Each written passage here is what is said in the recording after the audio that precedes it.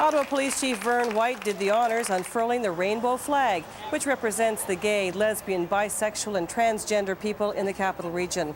The morning also featured a pancake breakfast sponsored by the Ottawa Police Service GLBT Liaison Committee. The theme of this year's week-long celebration is Live Your Pride. I've been here several times to see the flag being unfurled at this location in front of the police headquarters.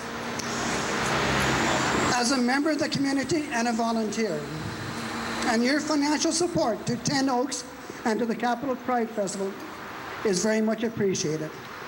It's a wonderful day in the neighborhood. The 22nd Annual Capital Pride Parade is slated for Sunday at 1 p.m. And later in our broadcast, a feature report on Pride Week and the challenge social workers face in dealing with street youth. Tonight we're going to take you behind the flamboyance to the tough times some young people have who live on the street.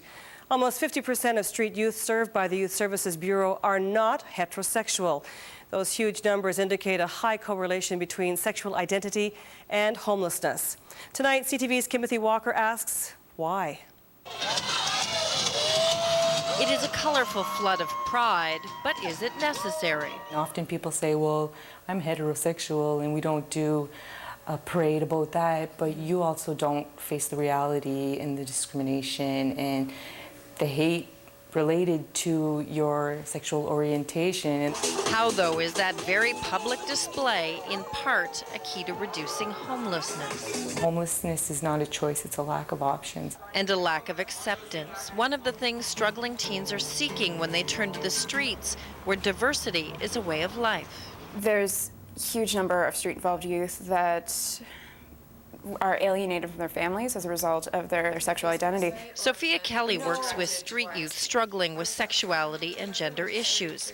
At 17, she is a 4-year veteran of street life. And as good as the intentions are, if you have a 40-something social worker who's going to go home to Canada, it's harder to relate to them than somebody that you are seeing out there with you.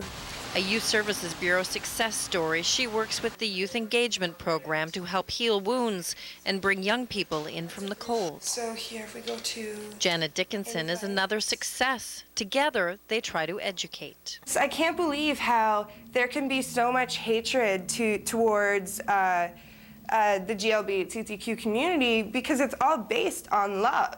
Like, you're hating someone because they love someone else. How ridiculous is that? The two lead by example and show what is possible. Well, I have my own place. I've been there for about 2 months. I support myself. I do lots of volunteer work. It's good. I think the Youth Engagement Program contributed a lot to that. The YSB Executive Director Alex Munter knows a lot about this struggle. As a public figure, he came out long before coming out ceased to be news. Well, we've come a long way. Standing on the roof of the desperately needed shelter for young men he helped launch, he says there is still much to do.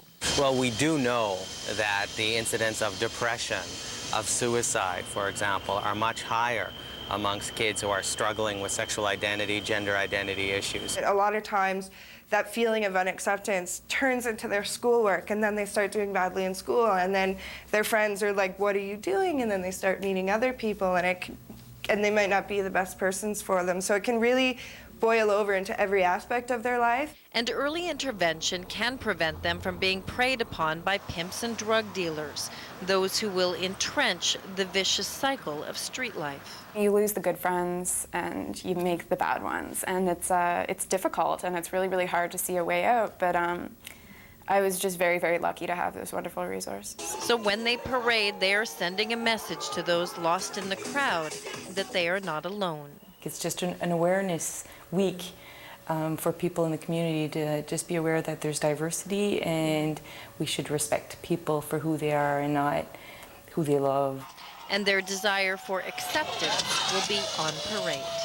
Timothy Walker, CTV News. Tonight.